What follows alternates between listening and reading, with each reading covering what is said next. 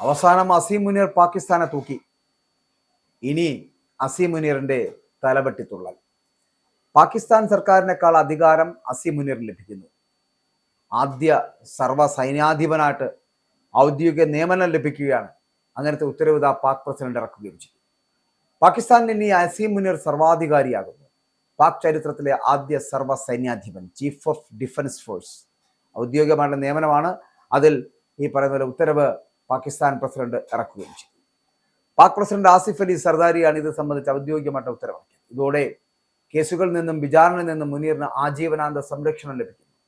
November 12 പാസാക്കിയ 27ാമത് ഭരണഘടനാ ഭേദഗതിയെ തുറന്നുകൊണ്ടുള്ള നീക്കം സർവ്വസൈന്യങ്ങളെയും ഏകീകരിക്കുക, നിർണായക സാഹചര്യങ്ങളിൽ തീരുമാനമെടുക്കുക എന്നിവയാണ് അസീം മുനീറിന്റെ കർത്തവ്യമായി പറയുന്നത്. അതേസമയം ചരിത്രത്തിലെ ഏറ്റവും ശക്തനായിട്ടുള്ള സൈനിക മേധാവിയായിട്ട് അസീം മുനീർ പദവി ഏറ്റെടുക്കുന്നത് തടയാനാണ് പ്രധാനമന്ത്രി ഷെഹ്ബാസ് ഷെരീഫ് രാജ്യം വിട്ടത് എന്നുള്ള റിപ്പോർട്ടുകൾ ശക്തമാകുമ്പോഴാണ് അദ്ദേഹത്തിലേക്ക് പദവി വന്ന് കയറുന്നത്.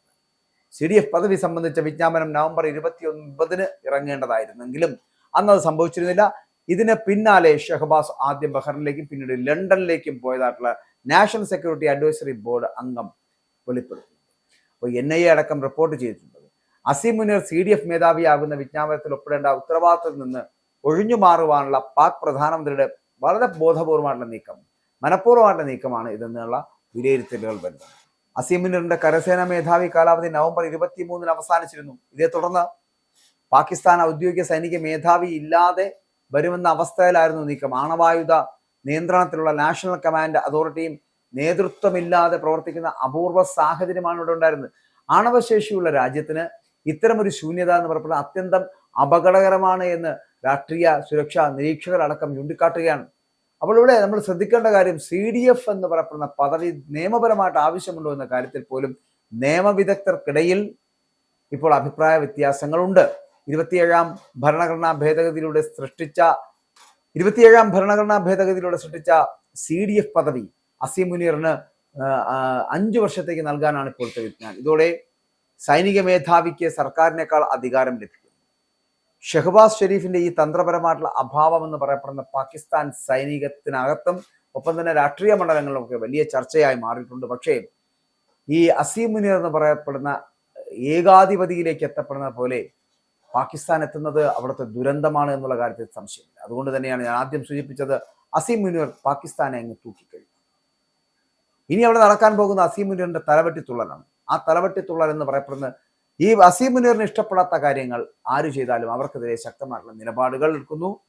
ചിലപ്പോൾ ഞാൻ ആദ്യം സൂചിപ്പിച്ചതുപോലെ പാകിസ്ഥാനിൽ പ്രസിഡന്റും പ്രധാനമന്ത്രിയും ഒക്കെ നോക്കുകുത്തിയാവുകയും സർവാധിപനായിട്ട് എത്തപ്പെടുന്ന അസീം മുനീർ പാകിസ്ഥാനെ നിയന്ത്രിക്കുകയും ചെയ്യാൻ പോകുന്ന കാലഘട്ടത്തിലേക്ക് നമ്മൾ കടക്കാൻ പോകും. ഈ വരുന്ന കാലഘട്ടം എന്ന് പറയപ്പെടുന്നത് അസീം മുനീറിൻ്റെതാണ്. പക്ഷേ ഈ അസീം മുനീർ എത്രയൊക്കെ മുന്നോട്ട് കുതിക്കാൻ ശ്രമിച്ചാലും നിങ്ങളെ വെറുത്തു പോകുന്ന ഒരു സംവിധാനം ആ പാകിസ്ഥാനിലുണ്ട്. ഒരു വലിയ വിഭാഗം ജനത നിങ്ങളെ വെറുക്കുകയാണ്. അതുകൊണ്ട് തന്നെ കിട്ടുന്ന ഒരു അവസരത്തിലും നിങ്ങളെ ഏതെങ്കിലും തരത്തിൽ തട്ടാൻ അവിടുത്തെ ജനങ്ങൾ തീരുമാനിച്ചാൽ അതിൽ നിന്ന് പോലും ചിലപ്പോൾ നിങ്ങൾക്ക് രക്ഷപ്പെടാൻ കഴിയില്ല. പക്ഷെ അസീം മുനീർ ഇപ്പോൾ കാട്ടിക്കൂട്ടുന്ന ഈ പേക്കുത്തുകളൊക്കെയും നാളെ നിങ്ങൾക്ക് തന്നെ തിരിച്ചടിയാകും എന്നുള്ള കാര്യത്തിലും സംശയമില്ല. അതുകൊണ്ട് തന്നെയാണ് ഞാൻ ആദ്യം സൂചിപ്പിച്ചത്, പാകിസ്ഥാനെ തൂക്കിയ അസീം മുനീർ ഇനി അങ്ങോട്ട് തലവെട്ടിത്തുള്ളലായിരിക്കും.